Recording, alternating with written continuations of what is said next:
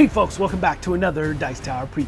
I'm Mark, and today we're taking a look at Mythic Battles Isfet, which is brought to you by Monolith Games. It's for 2 to 4 players, ages 14 and up, and games generally run about 60 to 90 minutes.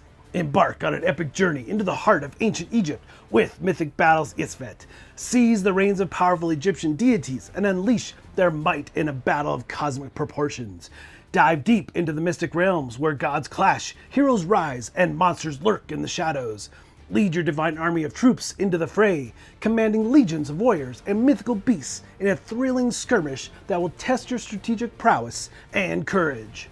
The game can be played in 2 different modes, skirmish or adventure. In skirmish mode, regardless of the number of players, there are 2 ways to win. The game ends immediately when one side destroys an opposing divinity, or when the divinity or divinities of one side or team absorb 4 divine stones. And in the adventure mode, you will choose a scenario with its own specific victory conditions. The composition of your army will be based either on alternating selection between players with a shared reserve for the skirmish mode, or on scenario-specific conditions if you're playing in the adventure mode.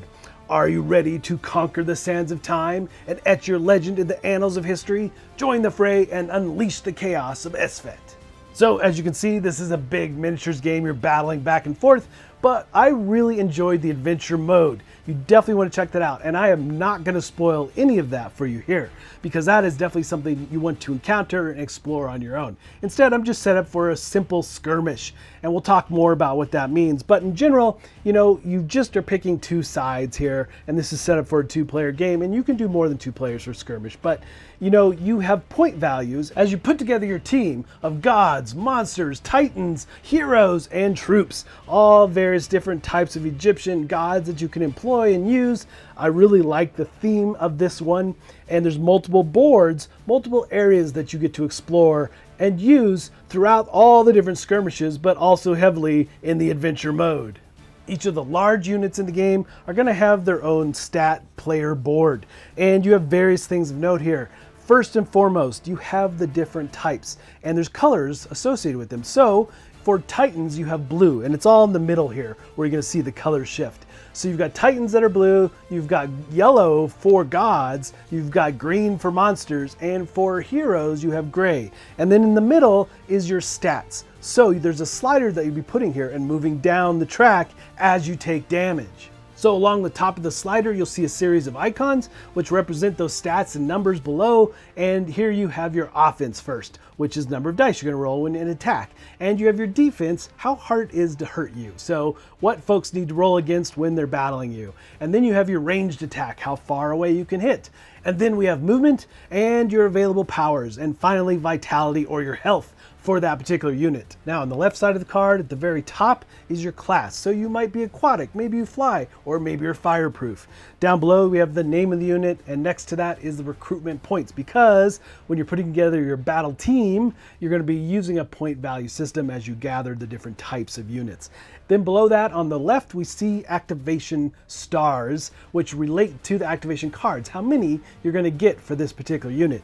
In the middle is a series of talents, and on the right of that is a strategic value of this particular unit. Now, the entire right side of the board consists of the unit's powers. All kinds of different powers here that can be employed, and you'll see the cost next to them as well. Generally, Art of War cards is what you use in order to pay the cost of these different powers, but there may be tokens associated with them as well, and of course the name of the power, an icon associated with the power, which we'll take a look at all those icons, but the icon will dictate what type of power it is, and also a full description about how the power works. Very, very straightforward.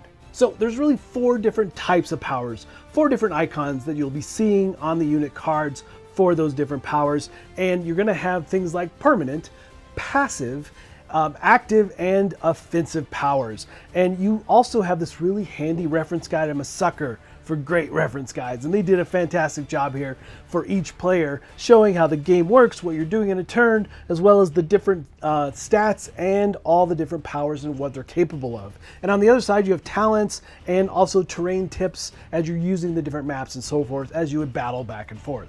So you also have smaller troops like the zombies here that have a similar card but much smaller. You have your powers, your talents, and your stats for them. Now vitality, when they take damage, you just start removing them from the board. So, and they always move as a unit and attack and so forth that way. So it is a little bit different, but you'll see very similar types of stats on these smaller cards. Now, as far as setup goes, varied based on how you're playing. Obviously, you have the scenario book, which again, I'm not going to spoil. Might thumb through it here for you to see real quick, but all kinds of setup and different things that you need to do within that scenario and the adventure that's going on. And I really like that way to play. But for this skirmish mode, you also have in the main rulebook some different maps and setups to help and guide you through what you need to do and what point values that you're going to be using for different player counts.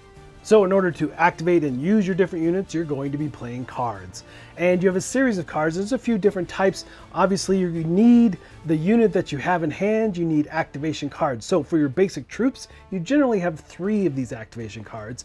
For your other larger units, you're going to have anywhere from 3 to 5 that you'll be putting into your deck, and you'll be drawing and adding them to your hand, and you have to play their card in order to activate them and take advantage of their various actions.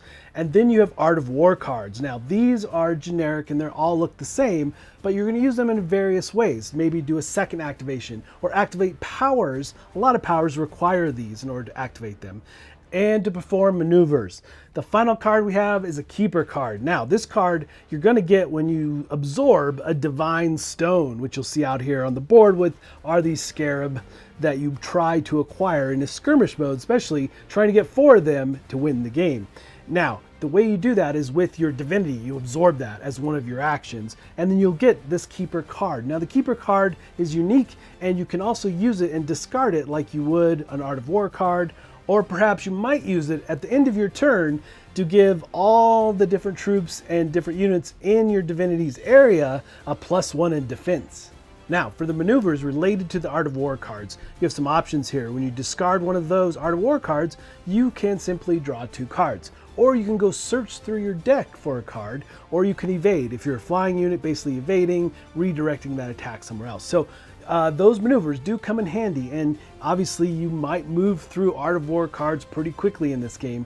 And there's different ways to get those cards, especially at the beginning when you're compiling your units. Whatever you don't spend in units, you can get in those Art of War cards. So gameplay basically comes down to 4 main phases. The first is the start of your turn phase, where if you had any powers that were active from your previous turn to this turn, they now fizzle out and finish. And you're going to be drawing 1 card from your deck. Now you have some choices to be made here. You can either draw 1 more card and end your turn, which might be a strategic solution to having not enough cards in your hand, obviously. Or you can choose to move on to the activate unit phase. And in the activate unit phase, the first thing you got to look at in your hand is what unit you want to activate, which card you're going to play. So you play that card, and then you have some actions that you can take advantage of.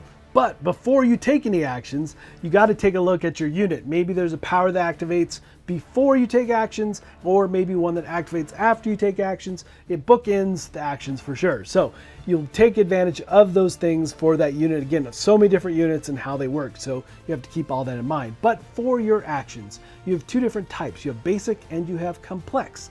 So you can either take 1 or 2 basic actions, or simply take 1 complex action. So for your basic actions, you've got walk, you've got attack, and claim. So for the walk, you're just moving your movement rate, and you have the different sectors along the board that you move between. There's obviously terrain and different types of walls and things that you have to be mindful of. You can't just traverse everything. But as you look at the board, you try to place yourself strategically. Then attack. We're not going to do a deep dive in how battles work because it'll be varied based on the unit and the different types of powers they have. But the basics here is that you're looking at your offensive ability and rolling dice, and you're looking for attack value. How large of attack value can you get, and can you beat your opponent in their defense value in order to cause damage? If you do cause damage to one of the bigger units, then you move that slider down, and for the smaller units, the troops, you'll start to remove them from the board. So attacks are really straightforward, but what makes them complex is how and when you use their powers and abilities. And then finally we have claim, and you're just trying to claim one of these divine stones. Now, not all the characters, not all the units on the board can absorb these, so maybe you need to pick one up in order to take it to your divinity. And then for the complex actions, remembering of course that if you take advantage of one of these, then that's all you're doing on your turn. First we have run, which is basically going to give you a +1 on your movement. Again, that's all you're going to be doing, but sometimes it is crucial to get that little bit further along the board. And then we have deploy, either deploying for the first time or deploying a unit back to the battlefield. You have to be mindful about where they're being placed. If it's a new unit, then they'll go back to one of your starting areas. So it is an option as well. And there are various reasons and how you would do that, but that's just the basics. And then we have absorb, and this is the main thing, like in the skirmish mode. You're trying to absorb with your deity one of these stones, one of these divine stones, these scarabs out on the board. And that is a complex action, so you'll take that stone and put it next to your board, and you'll also get one of those keeper cards, which is fantastic. But again, those stones are key to winning for sure. And then you have ascend. Maybe there's a rocky area and you've already positioned yourself next to it, and you're going to use a complex action because you have to climb to the top of this rocky area on the board. So lots of neat terrain things throughout the game for sure. And obviously when you're attacking and various things, you have to have line of sight like in so many games, but you have to be mindful of even the 3D obstacles around the board, like the trees and the different stones and pillars and things. So it's pretty cool, and just the table presence here alone looks fantastic.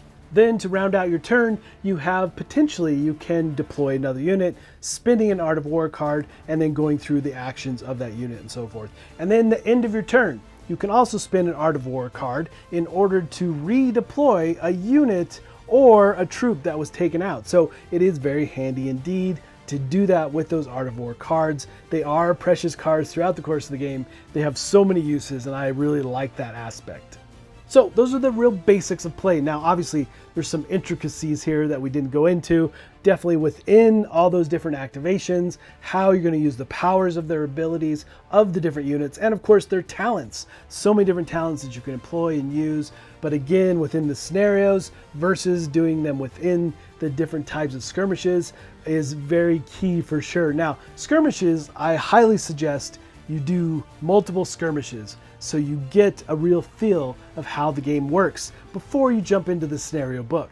But here in this skirmish mode that we have, the first one to take out the divinity or to gather 4 of these stones is going to be the winner. Alright folks, just a reminder once again, this has been a Dice Tower paid preview, and everything you've seen here has been in prototype form, so keep a close eye in the campaign for any changes that still may occur.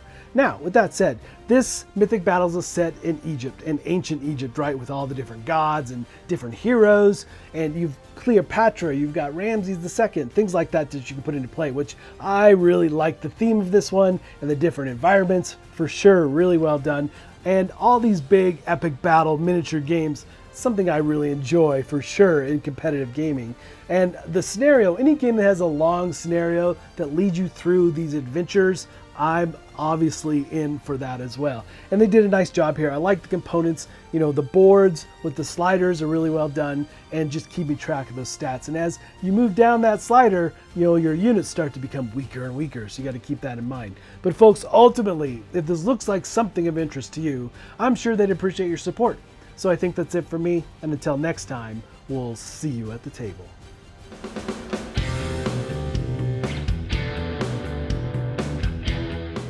Hey everybody, thanks for watching this video. If you like this review or whatever you just watched, wasn't it amazing? Check out our channel, Dice Tower. We have all kinds of things. We review games, we do top 10s, we play games live. It's all about board games, but especially the people who play them. Check out Dice Tower YouTube channel.